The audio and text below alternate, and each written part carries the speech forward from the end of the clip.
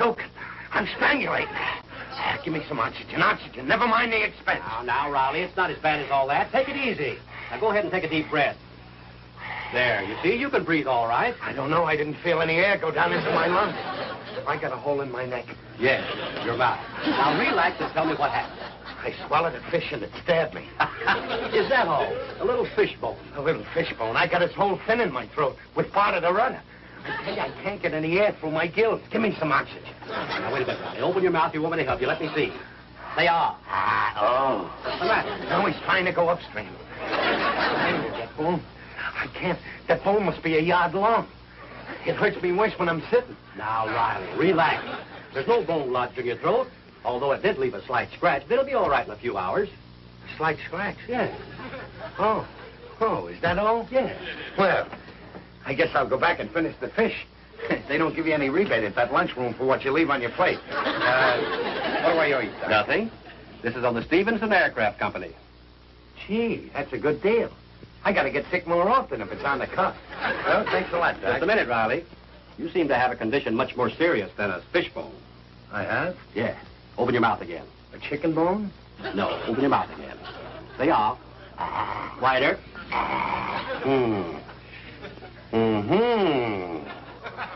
Is it that serious? Well, not too serious. That is, if you have them out right away. Have them out? How can you see my appendix from way up here? Not your appendix, Riley. Your tonsils. Oh, my tonsils? Certainly. Well, I don't think I'll bother about having them taken out. I've had my tonsils since I was a kid. They're sort of attached to me. Now, just a minute, Riley. If you don't have those tonsils out right away, something serious may develop. Serious? You on the level?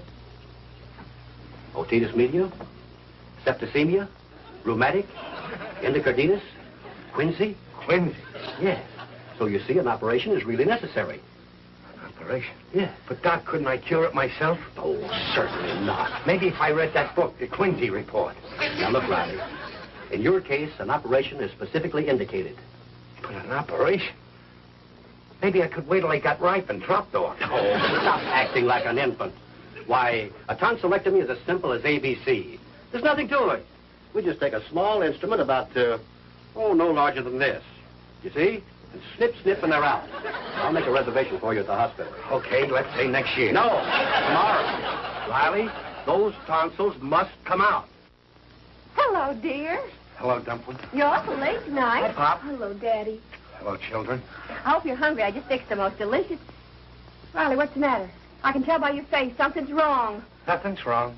Everything's great. Daddy, what is it? Tell me, dear. It's really nothing. I'd rather not even talk about it. I'd rather suffer. Suffer in silence. Oh, Riley, tell me, what is it?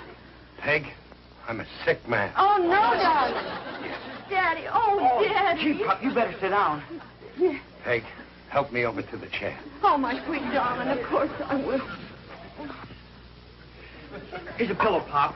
Thanks, Junior. Daddy, shall I put on your slippers? Okay, but I think you'll find them a little too large for you. Oh, sweetheart, what happened? I can't stand it. I saw the doctor today where I work. The doctor? About what? Peg, you've got to be brave.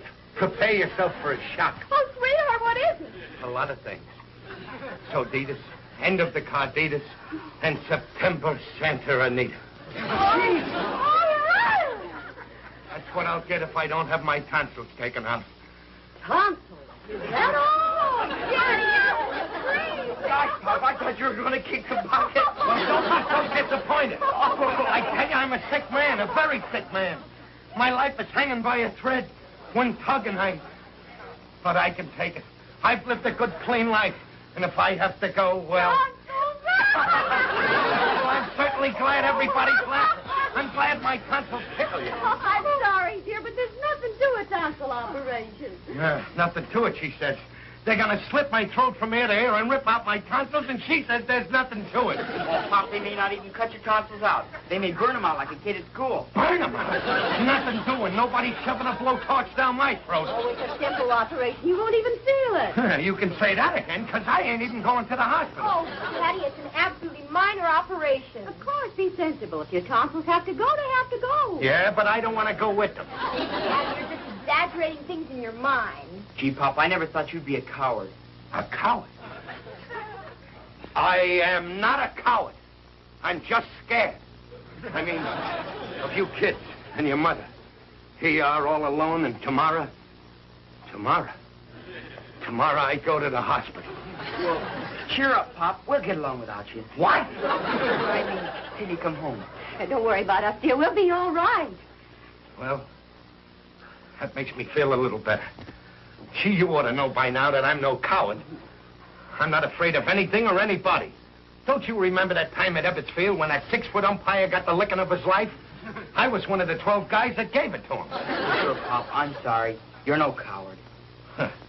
After all, what's a tonsil operation anyway?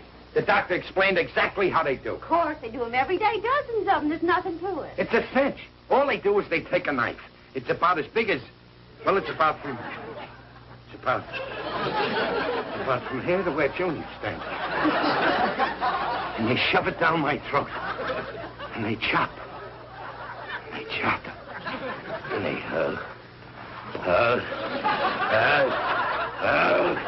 David! Precious! Riley! Oh, yes, Dr. Harvey. Hang up on him. Yes, doctor. Oh, he's fine. When? He'll be there. Thank you, doctor. Goodbye. That was Dr. Harvey. Phoned to say he'll operate at 9 in the morning. I'm having that phone taken out. Now, don't start screwing again. The whole thing will be over before you know it. That's what I'm afraid of. When it's over, will I know it? Maybe I ought to see another doctor, Peg. One of those herb doctors. Look, Riley, you can't remove tonsils with herbs. And the doctor told you your tonsils have got to come out. Sure, it's okay for him to say my tonsils have got to come out. I'm wise to them doctors. They think tonsils grow on trees. Well, why should he insist on an operation if it weren't necessary? You're not paying him. He gets the same salary from the plant whether he operates or not. That don't fool me. I know doctors. They love to operate. It's a disease with them. Oh, Daddy, it's nothing. I had my tonsils taken out when I was only 6. You were too young to know what you were doing. Listen, dear, you need to get your mind off of it for a while. Why don't you go over and gab a while with Jim Gillis?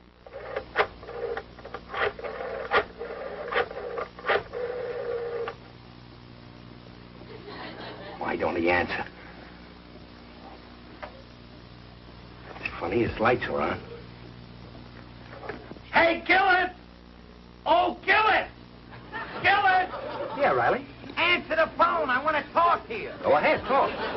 This is Gillis. What are you doing over here when you're supposed to be over there? Your lights was on, so I tried the door, so here I am. Hiya, pal.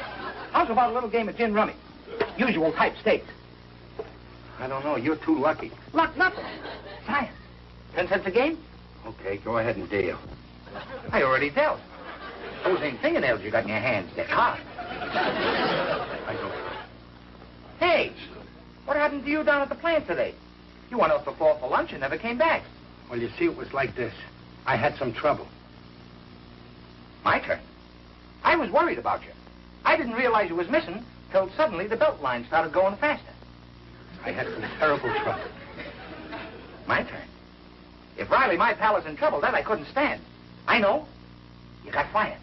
It was worse trouble than that. I got to go to the hospital tomorrow. My turn. Hospital, what? Hey, what's the trouble? There's nothing wrong with you, is there, pal? Or if there's anything wrong with you, my best friend, It's my tonsils. Tonsils? Is that all? Ain't that enough? My turn. You got a nerve aggravating me over a couple of measly tonsils? Ain't you got no consideration? It's easy for you to say. What do you know about it, Gillis? I know plenty about surgery. Why, there ain't a day goes by I don't read all the obituary columns. My turn. Sorry. Taking out tonsils is a cinch. There's nothing to it. Any good doctor can perform that operation blindfolded. Blindfolded, huh? Well, my doctor, if he wants to get paid, better take a peek. My turn. My hand don't seem to be getting any better. You're in bad shape, rather. Scared stiff. Now, why don't you relax? There's nothing to it. Oh, what do you know about it? Have you ever had your tonsils taken out? No, but believe me, I'd be glad to if I ever had the opportunity. Boy, would I love to go to a hospital and stay overnight. 24 wonderful hours away from my wife. Some wife. Ether is better. That's it. Gin. Well, I like my wife. She's cute. And I like my tonsils. They're cute, too. Riley, turn your face this way. A little more. I want to tell you something to your face. You're a coward.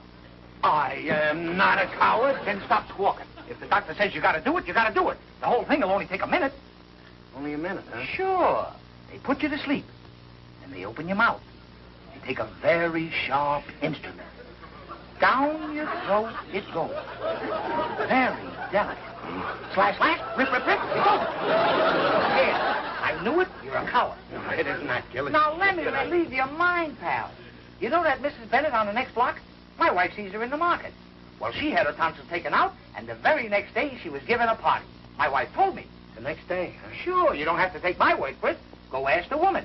And if you need courage, she'll give you plenty of it. I do not need courage. It'll be a dark and stormy day before Chester A. Riley has to go to some poor, helpless woman for courage. Somebody's coming. Now you'll see there's nothing to it. Nothing, he says. Yes? Hello, is Mrs. Bennett in? Who shall I say is calling? Riley. Chester A. Riley. I live down the street, and we found out that Miss Bennett was just in the hospital. And the same thing's going to happen to me. Oh? So, well, you know, I thought maybe she could give me some advice. I'll tell her you're here. Come in, please. Who is that at the door, Matilda? It's a Mr. Riley from down the block, ma'am. He must have heard about you giving birth to the twins, and I think he wants a little advice. I guess his wife is expecting. I guess so, ma'am. Well, then you'd better finish feeding the twins. I know how nervous a prospective father can be. Oh, Mr. Riley, come on in here. Hello, Mrs. Bennett. Hello. This is my friend Gillis. How do you do, ma'am? How do you do? Go ahead, Riley. Get it over with. Oh, do sit down, gentlemen. Mr. Riley, I realize what a strain you must be going through.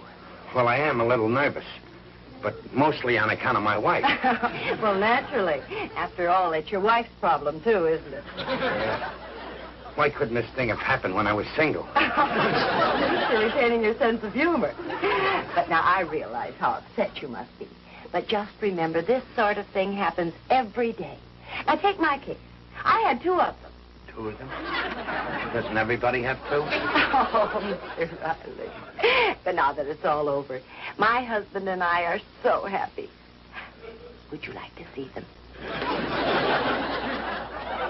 See them? You mean you brought them home with you?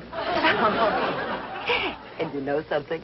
I can't tell one from the other. That don't bother me. I'm leaving mine at the hospital.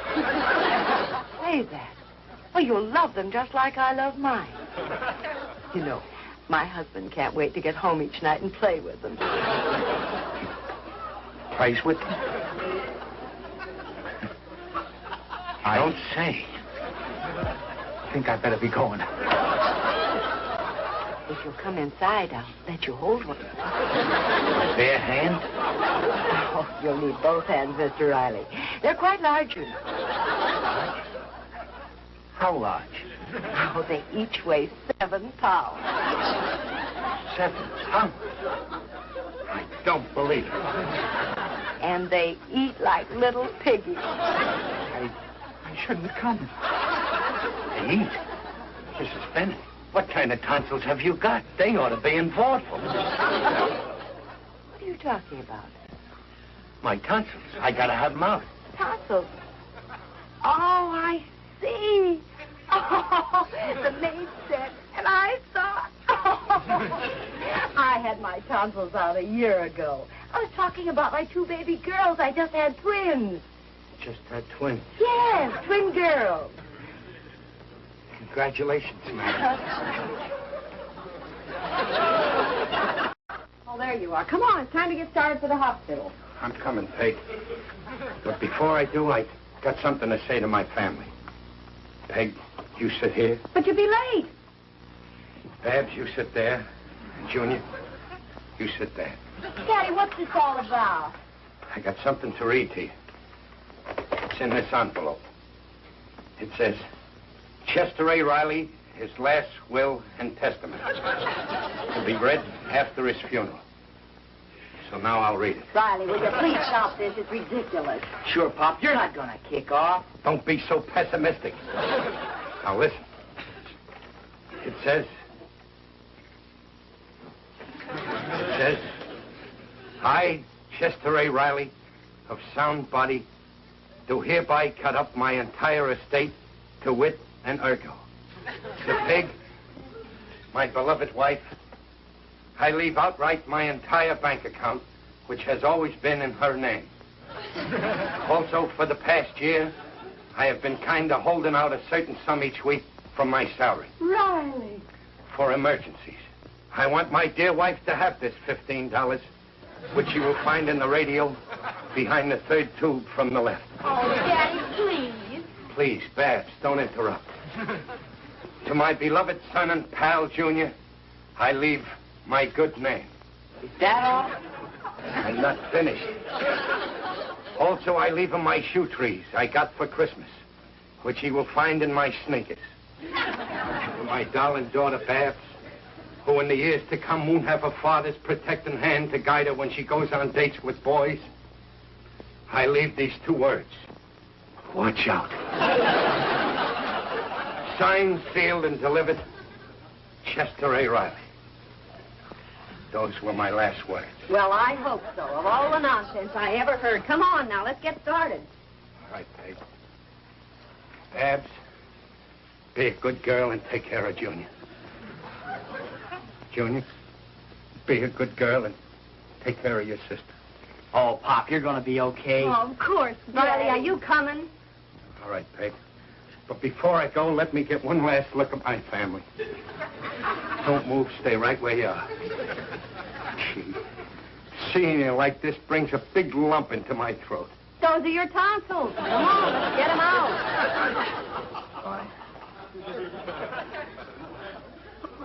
Nurse, fan me. Fan me. Water. Take my pulse. I just took your pulse, Mr. Riley. It's normal. Now stop worrying. You're perfectly normal. I am not normal. I know myself better than you do. Why did I ever come here? Why did I ever let that doctor look at my tonsils? I'll never open my big mouth again. Now try to relax. Goodness, the way you act, you think you were going to die. I like to look ahead. Where's my late widow? She should have been back by now. When asked for some lunch. She'll be here when you get back from the operating theater. See it? Nothing doing. Nobody's selling tickets to look at me. What they call the surgery room. Now I better get you ready. You mean my time has come? I'm going to give you something for your nerves. You'll feel better. You mean you're going to stab me with that dagger? Just a hypodermic needle, and it won't hurt a bit. Now just turn your head, and it'll be over before you know it. They're murderers. Now, They're murderers. Just close your eyes. Ow! My arm! My arm! Get back in bed. All I did was swab your arm with alcohol. Now lie still. Well, why don't you do it and get it over with? It's all done, Mr. Riley. I told you it wouldn't hurt. Oh. I guess it was a dull needle. Now try to relax. The orderlies will come and get you with a stretcher in a few minutes. Where's my late widow and my children? They're waiting in the green room. Now try to go to sleep. Sleep? Not me. I'm staying awake. Make sure that doctor knows what he's doing. I'm not taking any chances. Oh, nurse, please give this to the supervisor. Yes, Dr. Harvey. And are you ready for Mr. Riley? Riley? Yes, this case here. He's asleep. Oh, yes, the tonsillectomy.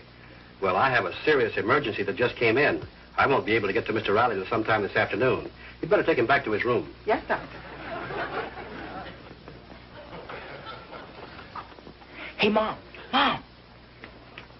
I just saw him wheel Pop into his room. Then the operation must be over. Certainly was quick. Well, I hope Daddy's all right. Shh. Let's go in.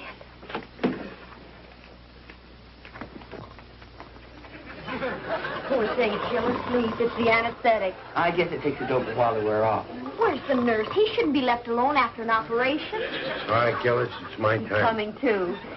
Riley, dear, it's me, Peg. Where am I? You're back in your room. The operation's all over. It's all over. Yes, how do you feel? Oh, my throat. Oh, it's agony. But I can take it. Oh, the pain. We better call the doctor. No, don't call it. I'd rather suffer in silence. Oh, the pain. Oh, here. Take a sip of water. I can't swallow. Come on, Pop, try. Be brave. It might help you. Okay. Did it hurt? Oh, the pain. It's excruciating. Take another sip. Come on.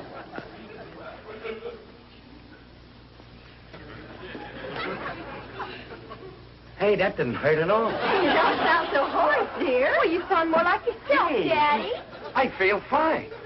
I tell you, Peg, that modern surgery is wonderful. Oh, I'm so glad you came through it all right. And you were worrying over Oh, nothing. it's wonderful, but I don't understand how... About the will. I was only kidding about that $15. There's no $15 behind the radio. There isn't now. It's right here in my bag. Hello, Riley. Oh, hiya, Doc. How are you feeling? I feel great. Doc, you certainly know your business, all right. Thank you. I feel good enough to go home. Well, that's fine. I'll send the stretcher right in. Oh, I don't need no stretcher to get to the bus. Riley, you're certainly a card. Yeah. But don't worry, I'll have you out of that operating room in no time. What operating room? I thought the operation was over. I certainly wish it were. I'm so tired I can't see straight. You mean that I wasn't up? That I just that I still got him? Let me out!